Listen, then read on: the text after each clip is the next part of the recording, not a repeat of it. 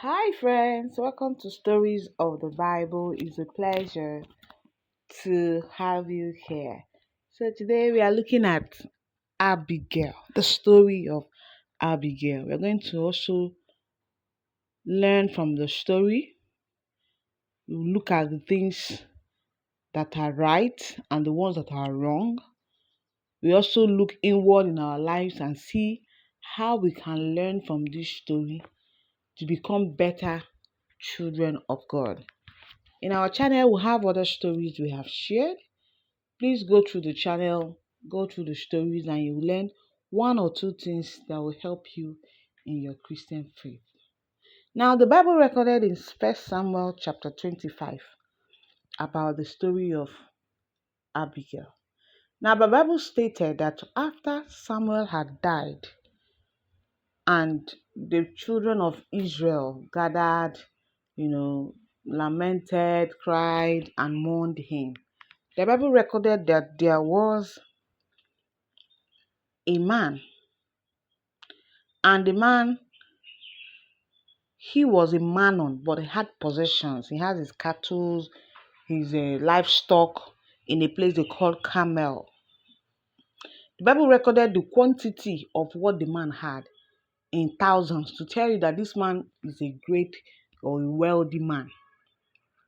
The name of the man was Nabal, and the Bible recorded that the name of his wife also was Abigail. So Abigail was the wife of Nabal, who is this wealthy man in livestock and all of that. The Bible described who Abigail was as a woman of good understanding, a beautiful countenance, a woman with good understanding. Beyond her pretty face, beyond her bodily look, she had good understanding. It is a rare virtue, having good understanding. Are you a man? Are you a woman? Do you have good understanding? Good understanding to know how to delve into affairs, how to discuss, how to negotiate, how to run your life, how to talk, how to, intervene, how to manage things, how to comprehend the things that comes to you in your journey of life. She had good understanding. Sometimes many people have run into mistakes because they did not understand the situation.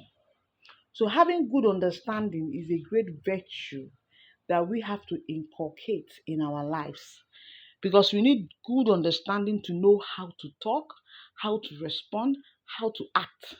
When you understand how things are working where you are, you also know how to respond. Many a times, many people are considered as fools because they did not understand the circumstances. They did not understand what they are into. They did not understand what has come to them. They did not understand the opportunities that have been presented.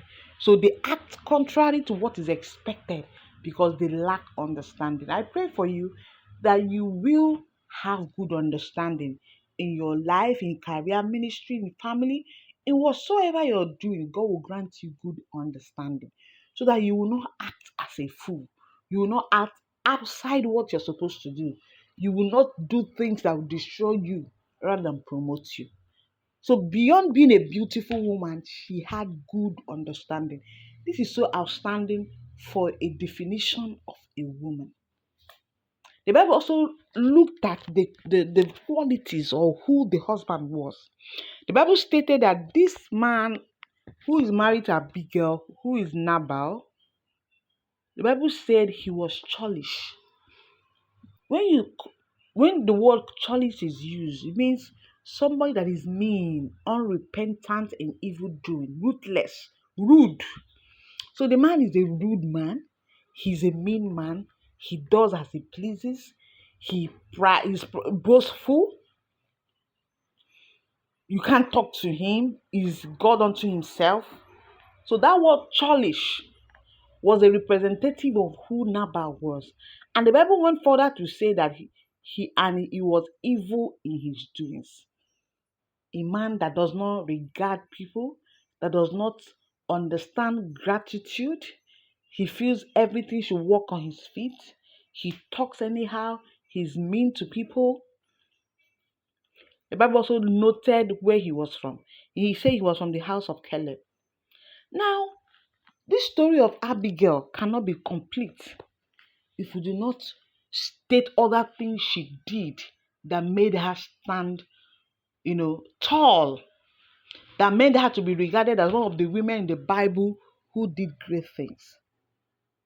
Her good understanding, which is her virtue, played out in this story, and it saved her family. It saved her own life.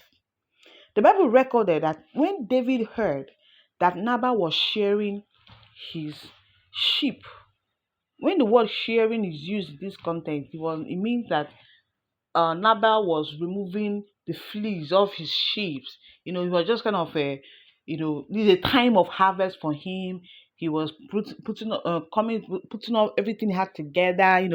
Kind of feasting time for him, relaxation time for him, a time of thanksgiving as it ought to be.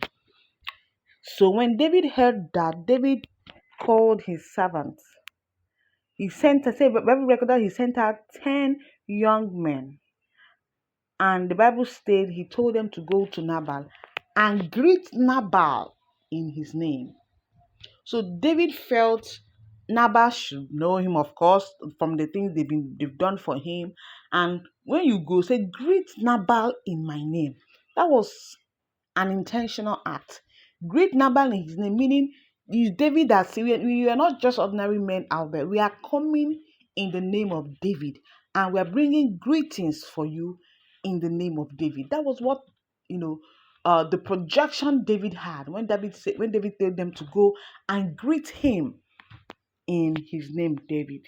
The Bible recorded that these men went to Nabal, and when they got to Nabal, they brought the greetings of peace to him, and they also expressed who sent them, and they told him that we are from David, and when we were here we protected your people when they were in the field, no harm came to them.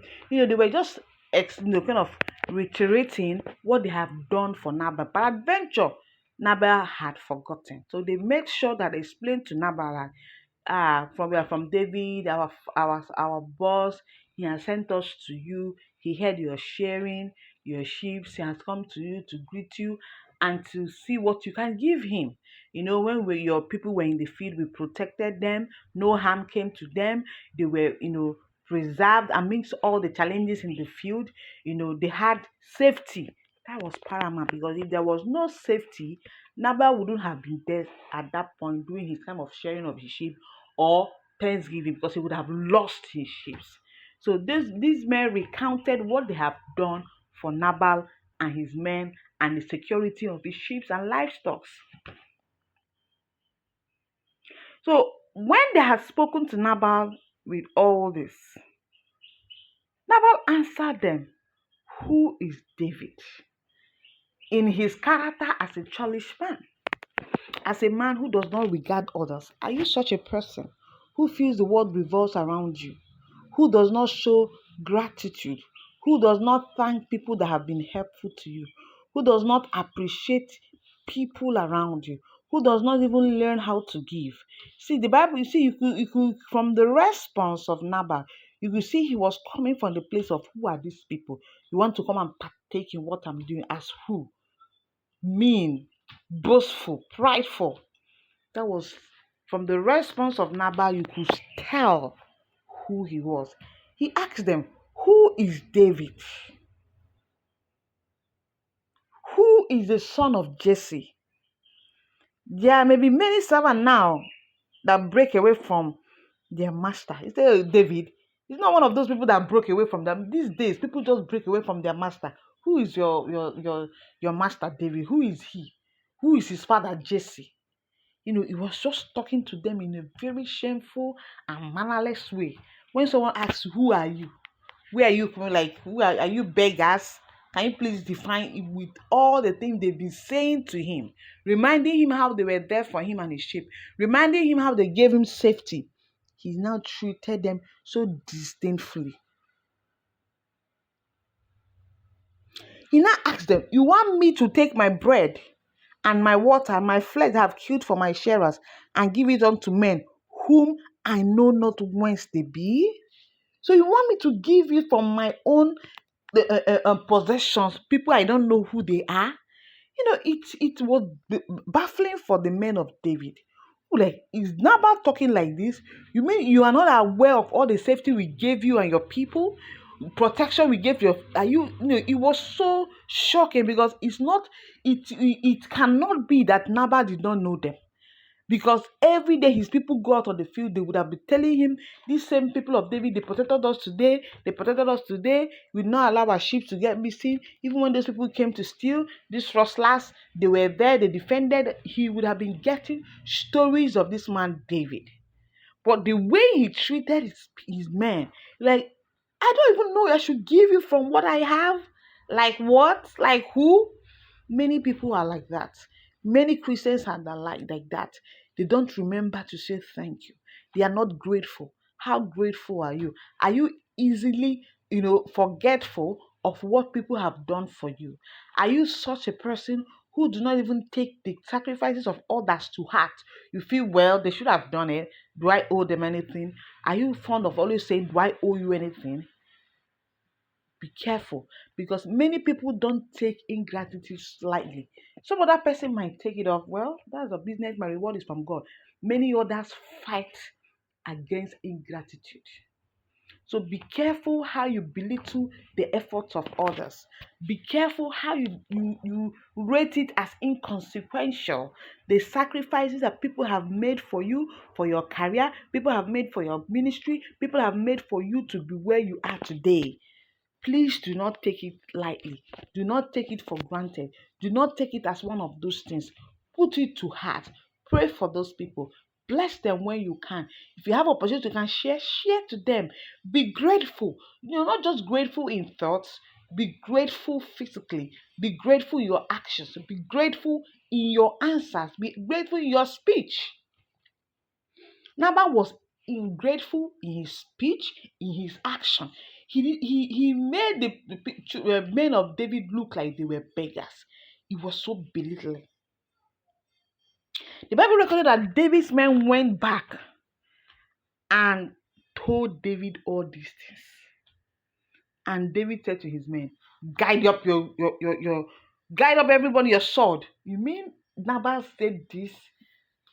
David did not take it lightly. David took 400 men. And the Bible also recorded that 200 abode the store. That means together he had 600 men that they were going to Nabal's house to show him the taste of what? Ingratitude. David did not take it lightly. David was not one of those men that say, well, I leave it to God. He was a man who was ready to shed blood, fight for those who are ungrateful.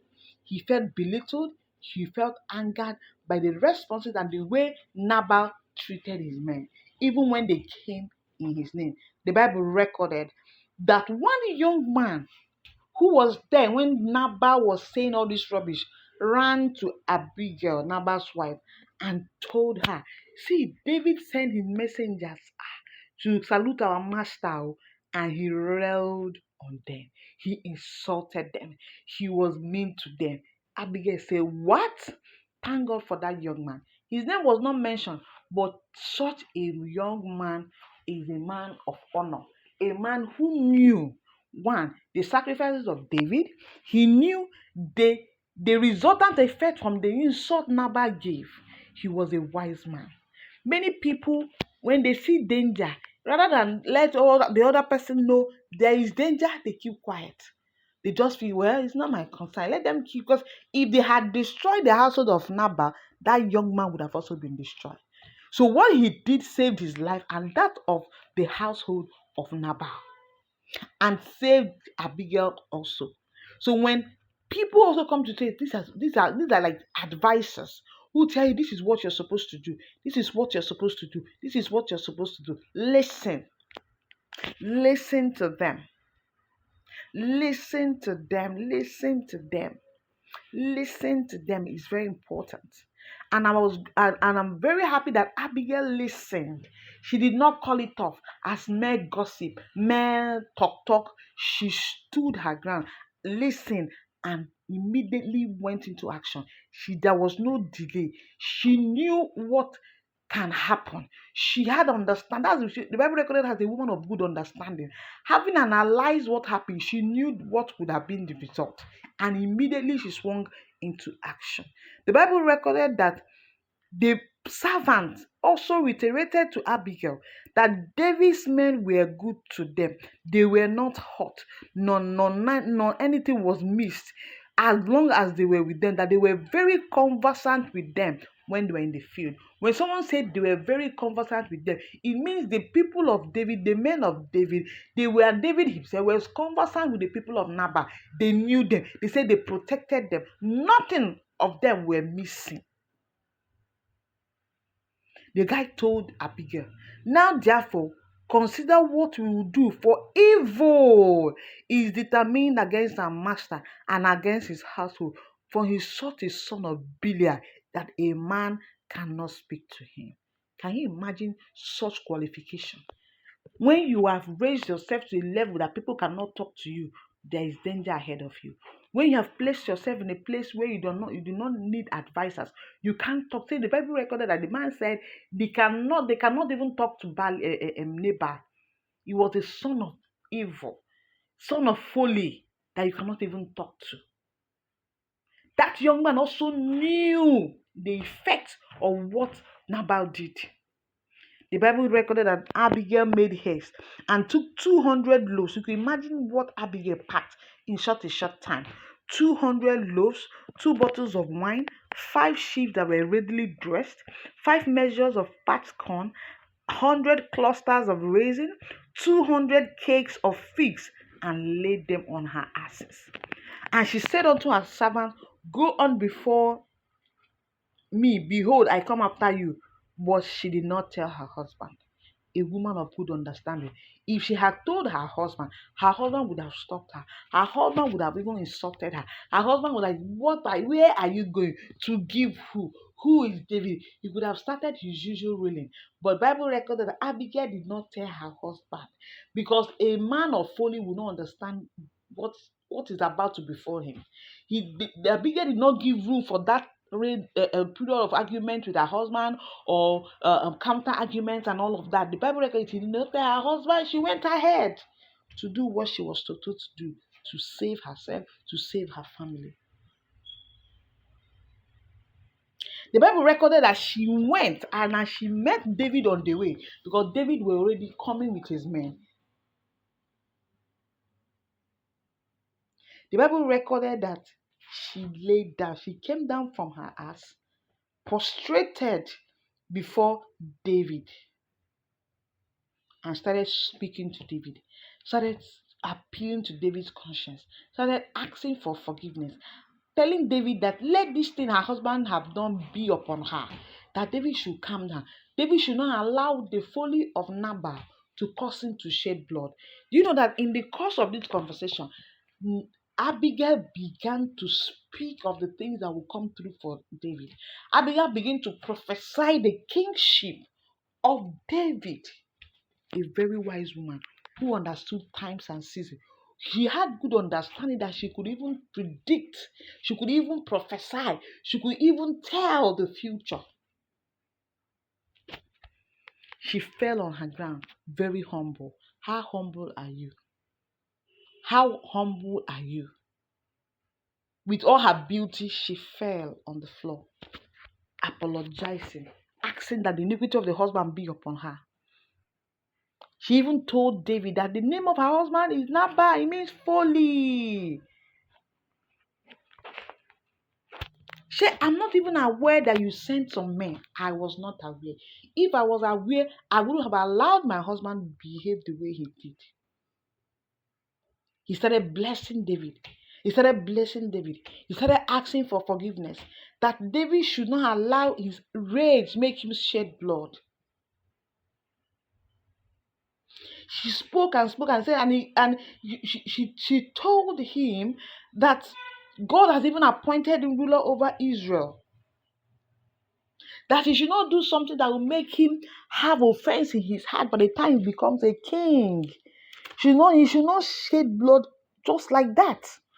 She was able to persuade. You could imagine when a woman could talk to a warrior that will make him change his mind. That's a level of wisdom. That's a level of understanding. That's a level of what? Grace in speech. We need to have grace in speech. Every day of our life, we need to ask God as we speak, may we have grace. May people listen to us and be grateful that they met us. Let our words begin to pierce the heart of people.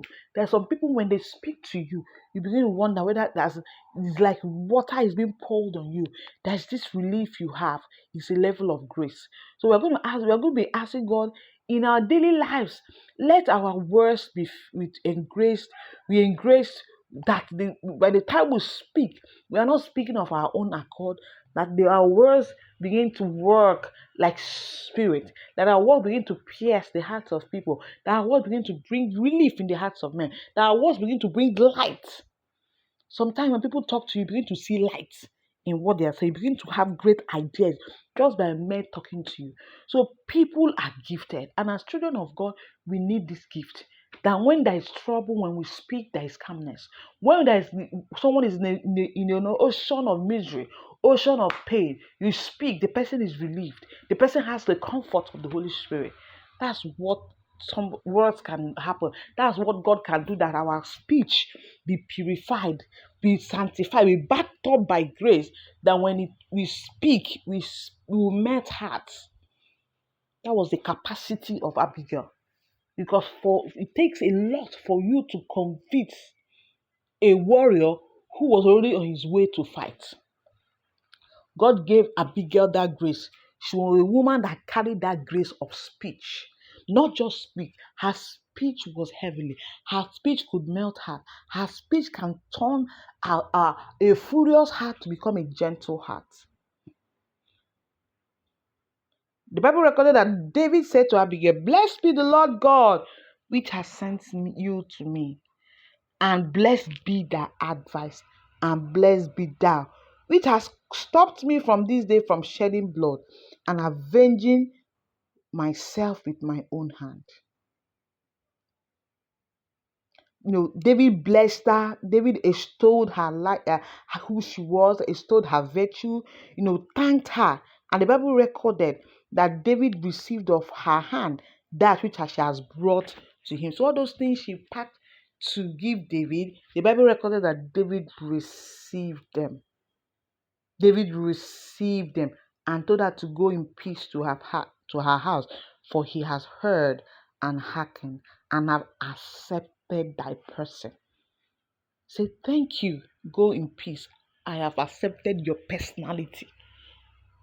It's easier for the gospel to be reached if people can accept our personality, if our speech can be engraced, if our understanding, can be like that of Abigail, who understands the times and seasons. When you have great understanding, you begin to even know how to speak to somebody when you go to preach. You begin to know what to say and what not to say. You need that understanding. And the Bible recorded that when Abigail got back to the house, she met her husband feasting. He was feasting. There was drink. Everybody was drunk. But the Bible recorded that she refused to speak to him that night. She waited till the morning. When the drunkenness had left Nabal, she began to tell Nabal what transpired. The Bible recorded something very apt. It said that when she spoke to Nabal, his heart died within him and he became as a stone. To tell you the power of speech, to tell you the grace that Abigail had in her speech, to be a woman to speak with such grace, to be a man to speak with such grace, we covet it. That is what we need as children of God, that our speech be engraced, that our speech carry grace, that our speech is not just ordinary speech that can convict the heart. You mean for the expression that his heart died within him. It is a lot, it's deep. The Bible also recorded how Nabal died after 10 days, and it is also important. I forgot something to note, that when Abigail was speaking to David, she also told David to remember her. Very, this is apt. She knew that she may not have an opportunity again to meet David. She knew where David was going. She knew that David would be a king someday. She said, "Sir, remember me." Ah, you see, when God have dealt well with you, sir, remember thy handmaid. That was why when David heard that Nabal had died, he sent his people to bring Abigail, and she became his wife. Just one meeting, her destiny changed. One meeting, she positioned herself to be a queen. Just one meeting, she spoke the right words. May we not speak the wrong words in a time we need to speak the right words.